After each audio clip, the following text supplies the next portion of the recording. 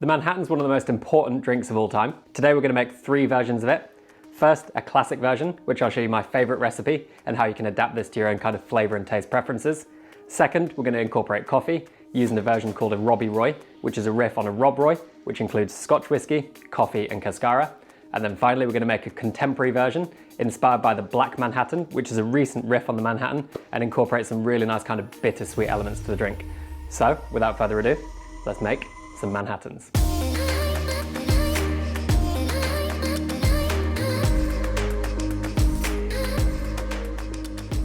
Alright, welcome back to the Coffee Cocktail channel everyone. I'm Dan Fellows, and welcome to the first episode in a new series called Classic, Coffee, Contemporary.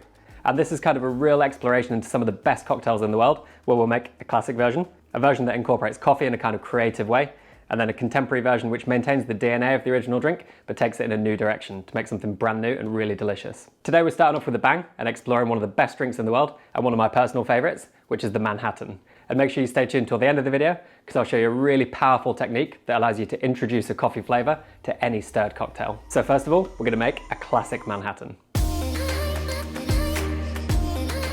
So the Manhattan's one of the most important and kind of foundational cocktails in the world, and it dates back to around the 1870s. Just like many cocktails, it's got a little bit of a murky kind of origin story, and we're not 100% sure exactly where it came from, but one of the most popular stories is that in the 1870s, a bartender called Ian Marshall was hosting a party at the Manhattan Club in New York, and he created the Manhattan cocktail. And it went down so well, and it's got a really important lineage that kind of led to some of the most important cocktails that followed. It's a really delicious balance of whiskey, vermouth, and bitters, with either a citrus or cherry garnish. So what I'm going to show you today is a template which you can follow, and you can really adapt this to your own taste preferences. And this approach I think is really powerful because you can take the Manhattan in a few different directions, which we're also going to do today.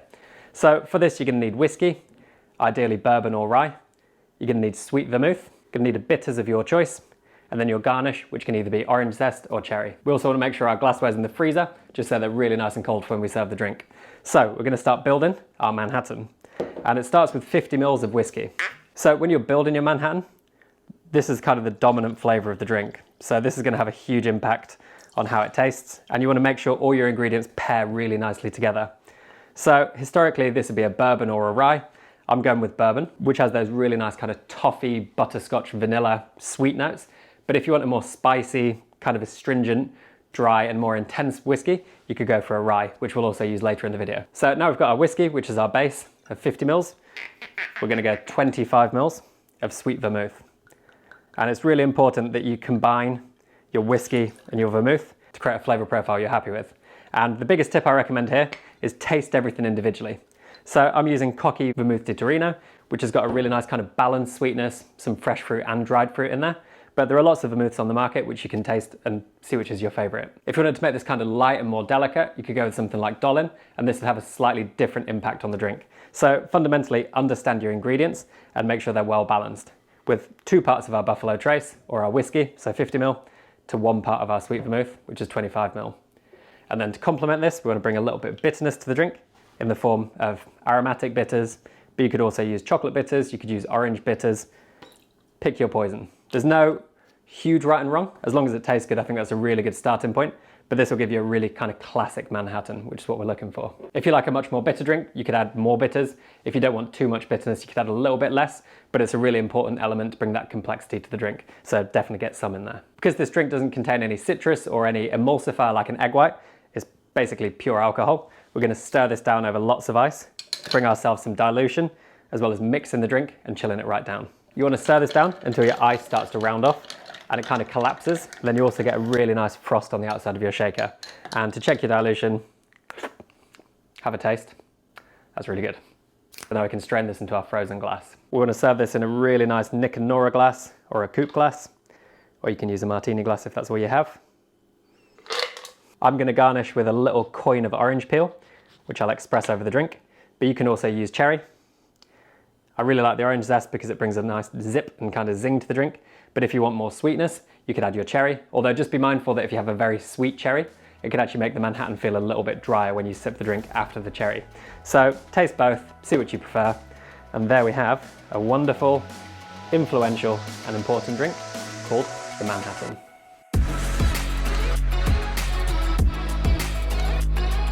So let's give this a taste, the Manhattan. Cheers everyone. To me that's perfectly balanced. Whiskey up front, a little bit of orange on the garnish, which really comes through on the nose. Got the complexity from our vermouth, a hint of bitterness without being overpowered, and it's just perfectly balanced, really, really nice and cold. And with a hint of natural sweetness from the bourbon. So that's a really, really delicious drink, and also an extremely important one, because it's actually inspired some of the most popular cocktails of all time. Classic cocktails such as the Martinez and the Martini both follow the lineage from the Manhattan, and these are really fundamental and delicious drinks that every bartender should know, even if you want to make cocktails at home or in a professional setting. So I actually explore all of these drinks and many more in my most recent course, which I've just dropped through Patreon and Skillshare, which is called Essential Cocktails, Introduced and Explained. Essential Cocktails follows on from my previous course, How to Make Cocktails, an Introduction, which covered foundational techniques, ingredients and tools needed to make a huge array of cocktails. This course shows you how to make some of the most important and delicious cocktails in the world using easily adaptable template style recipes. So if this approach resonates with you, or if you just want a very simple and approachable course to introduce you to some of the best cocktails in the world, you can sign up to my Patreon, which will give you weekly access from just £3 a month, or you can access it in full on Skillshare in the link below. I'll also put the full course teaser at the end of the video to give you a taster of what to expect. So the Robbie Roy is a drink I created a few years ago when I was a mentor for Glenfiddich's Most Experimental Bartender competition, and it's been one of my go-to recipes ever since. I really, really love this drink. It's very tasty, kind of ticks a lot of flavoured boxes that I really enjoy, and obviously this is a riff on a Rob Roy, which itself is a riff on a Manhattan, where you switch out the bourbon or rye for Scotch whiskey, which is what we're going to do today. The name is something I'm actually quite proud of as well. I do love a pun, and obviously it's inspired by the Rob Roy, but it's also inspired by the Robbie Do Spring, which feeds water into Glenfiddich's distillery. This drink really leans into those fresh fruit notes of kind of red apple, cherry, orange, but it also has an underlying note of coffee and smoke, which really create a very complex drink and one that I very much enjoy. So what we're going to do today is blend 2 Scotch whiskies. You're going to need some cascara vermouth, some coffee saccharum liqueur, which if you don't know how to make, I will link just up here, or your favourite coffee liqueur of choice, orange bitters, and a little bit of saline solution. So again, we're going to be stirring this down in a mixing glass, and we're going to start with 40 mils of Glenfiddich 15. And from a flavour perspective, this is a very, very tasty whiskey. Think fresh fruit and also dried fruit, almost like liquid Christmas cake. And I'm actually blending this with 10 mils of Glenfiddich Fire and Cane. And if you've never tried PT whiskey before, but you kind of want to taste it and get into it, this is a perfect introductory place to do so. So this is a blend of peated and unpeated whiskies, which are then aged in bourbon barrels before being finished in Latin rum casks. The peated whiskey brings a little bit of smoke without being overpowering, and then the rum barrels really bring lots of sweetness, and it balances out with a kind of sweet smoke finish. So 40 and 10, going back to our 50 ml of whiskey in total. And then to this, we're going to add our first coffee element, which is 25 mils of cascara vermouth, made by Discarded. So for those of you who are unfamiliar, when coffee grows on a tree, the 2 beans sit face to face and they're surrounded by a layer of fruit. And when this fruit's removed and dried out, it's known as cascara. So what Discarded have done is infuse the cascara, which is often a waste product, with another potentially wasted product, which is a fortified wine, which is used to season whiskey barrels. These 2 ingredients come together to create this delicious cascara vermouth, which has got really nice kind of figgy notes, a little bit of cherry, and a natural sweetness in there. And this works really well in our Robbie Roy. Our second element, which is another often wasted product, is coffee saccharum liqueur, and we're going 12.5 mils of this. So this is another product made using leftover coffee waste, this time espresso pucks, which are the foundation of this coffee liqueur. So watch that video at the end on how to make this, but we're going to move on to our next ingredient, which is orange bitters. And I'm going to go 2 to 3 dashes. So this is going to bring a little bit of bright citrus as well as some kind of pithy bitterness, which complements our spectrum of delicious ingredients. And then the final ingredient we're going to add is a little bit of saline solution. So saline solution is an ingredient I use fairly frequently, and it's a really good way of seasoning cocktails, bringing big flavors together into harmony. And I actually made a full video about this, which I'll link just above. But usually I add 1 gram per 100 grams of liquid pre-dilution, but I've actually cut this in half because you can really start to taste that salt in this drink if you go above that. So I'm going 0.4 grams of saline solution made with 1 part salt to 5 parts boiling water. And now we're going to give this a good stir down over ice.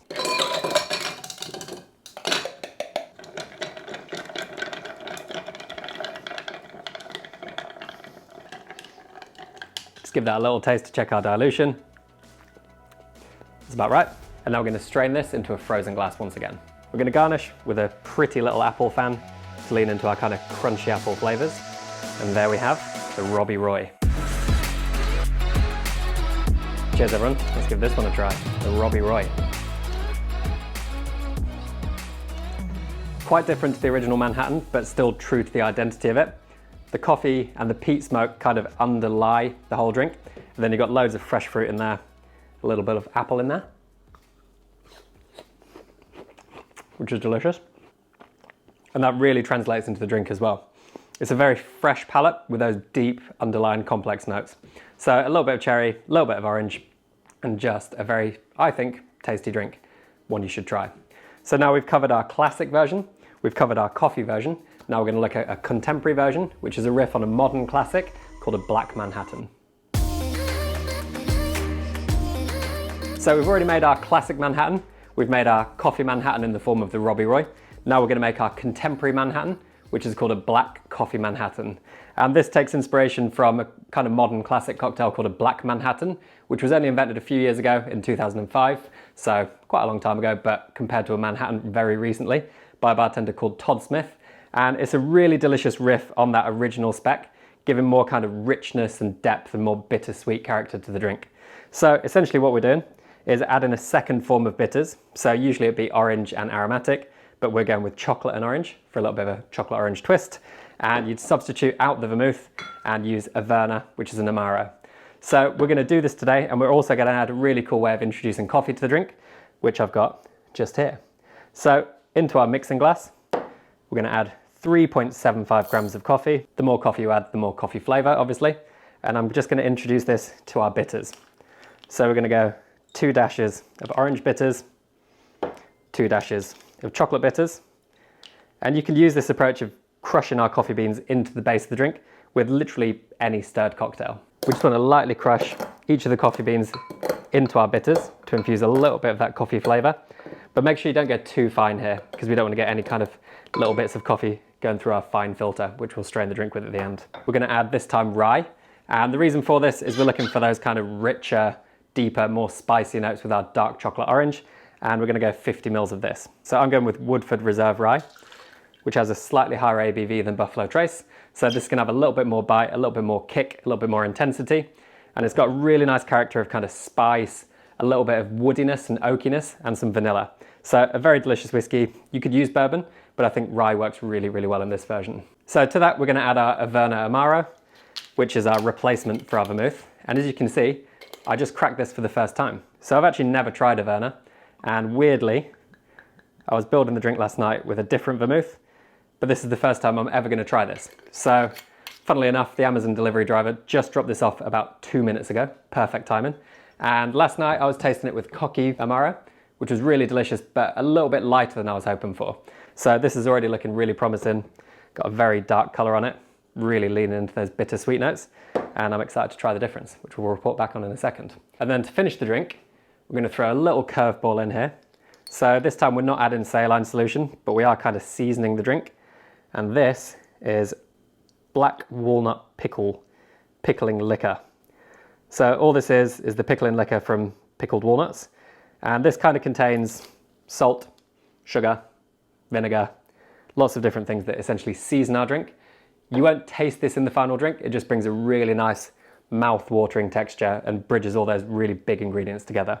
So an optional addition, but I do recommend trying this. You can buy pickled walnuts in the supermarket and just decant it into a little dripper bottle, because you don't want to add too much of this. It'd be very overpowering. Another drink we're going to stir down over ice, true to the Manhattan formula.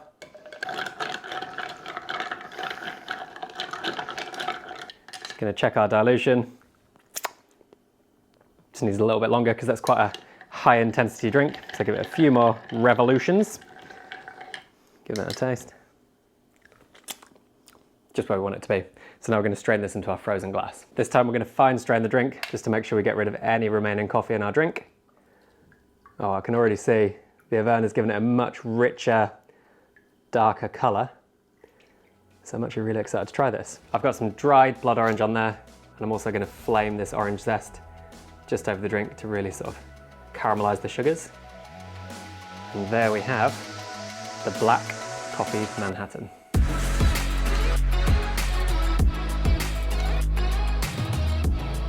So let's give our contemporary Black Coffee Manhattan a try. I'm really excited to try this. It looks much darker, much richer than our Cocky Amaro. Let's see. Cheers. That's exactly how I want this drink to be. Coffee comes through, you've got a little bit of that kind of herbal, bittersweet character, rich, kind of deep, almost molasses notes.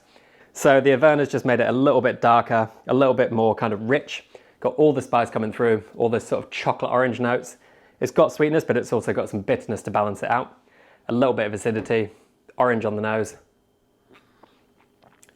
That is very delicious. You should definitely try that one. So now we've got our classic Manhattan. We've covered our coffee Manhattan, which was the Robbie Roy.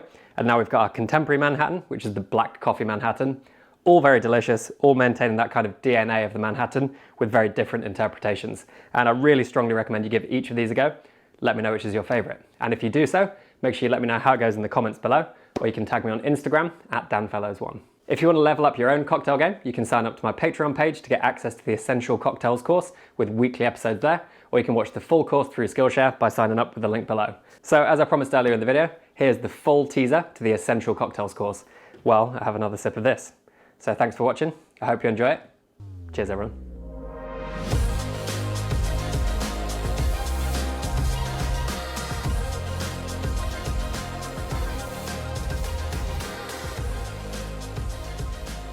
Welcome to Essential Cocktails Introduced and Explained. I'm Dan Fellows, the only ever double World Coffee and Good Spirits champion, which is the world's leading coffee cocktail competition. Even if you haven't made any of these cocktails before, you'll have probably heard of them, and this course will introduce you to some of the world's most popular cocktails, showing you exactly how you can make them at home, using simple and readily available ingredients and tools. So in this and future courses, we'll make some of the best cocktails in the world, loosely categorizing them into key styles, including sweet and sour, stirred down and brown, aperitif, tropical and tiki, and some contemporary drinks which are called martinis but aren't really martinis, which we'll touch on later.